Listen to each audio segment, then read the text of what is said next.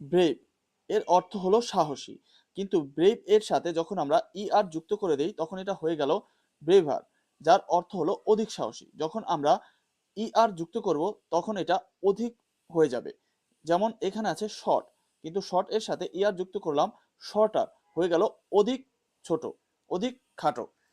তো যখন আবার আমরা এই ব্রেভ এর সাথে ইএসটি যোগ করব তখন এটা হয়ে যাবে সবচেয়ে। যেমন ব্রেভেস্ট মানে সবচেয়ে সাহসী, শর্ট অর্থ খাটো, কিন্তু শর্টেস্ট সবচেয়ে খাটো, ইএসটি মানে সবচেয়ে। এখন দেখেন এগুলো হলো ডিগ্রি। ডিগ্রির তিনটি রূপ রয়েছে, একটি হলো পজিটিভ ডিগ্রি, কম্পারেটিভ ডিগ্রি এবং সুপারলেটিভ ডিগ্রি। তো ডিগ্রি কি? ডিগ্রি হলো অ্যাডজেক্টিভের সাধারণ রূপ। যেমন মনে করেন ব্রেভ, শর্ট, গ্রেট এগুলো হলো অ্যাডজেক্টিভ। তো এটার যে অরিজিনাল রূপ সেইটাই হলো পজিটিভ, মানে পজিটিভ ফর্মে থাকে। আর এইটাকে যখন আমরা আর বা ইএসটি যুক্ত করি তখন এটার রূপটা পরিবর্তন হয়ে যায়।